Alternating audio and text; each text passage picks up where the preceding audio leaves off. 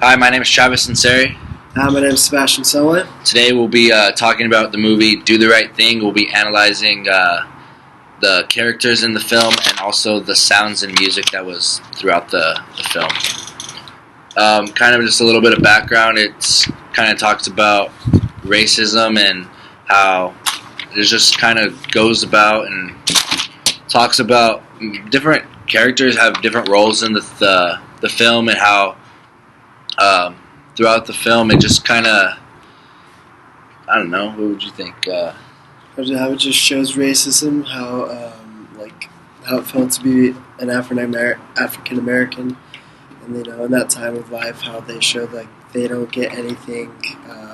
They don't get everything that an American would get, like a white American, such as the jobs they want and just everyday things. They're not given anything. They don't work for everything they get. Absolutely. If you were to talk about the sounds and music in the movie, Do the Right Thing, the music ties in a big part of the movie. You may notice it.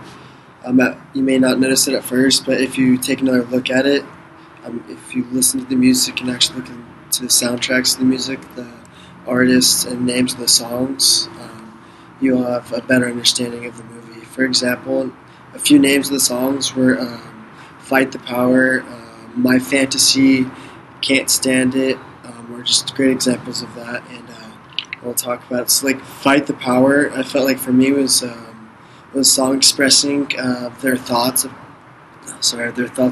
white power in the U.S. and the disadvantages they had as African Americans in those times. And My Fantasy, I feel that one talks a little bit more about what their dreams are. Hoping one day that we'll have the same power that white people do. And then for another song is Can't Stand It. It talks about how they can't stand all the racism they get and how they hate being treated differently just because of the pigment of their skin. For some of the characters, some of the main characters in Do the Right Thing were Sal, Mookie, Vito, and Pino. Mookie is the director of the film and also is the only African American who works at Sal's Pizzeria. And Mookie has a major part in the film and movie just because, like I said, he's the only African American who works at Sal's Pizzeria, and he kind of is taken under Sal's wing and is kind of treated as his son.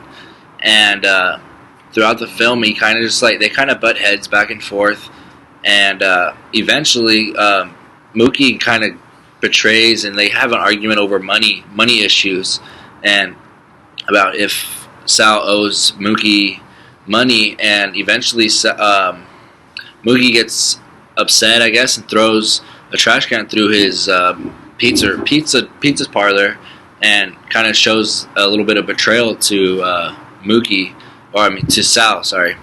And Sal's the owner of the pizza shop and tends to take people under his wing and kind of just likes to be like a father figure to people. He's owned the pizza shop for 25 years, and he has two sons named Pino and Vito, and he treats Mookie as his son, and kind of just, I don't know, I guess Mookie, he just never really had the father figure, and he wanted to show him the role and show him the ways, and but eventually, like I said earlier, Mookie and Sal, they kind of feel distant after a while because of issues that happened in the past and issues happening regarding money. Because, Sal, he does like to give out money, but Mookie also likes money. So it's kind of a win-win for both of them, I guess.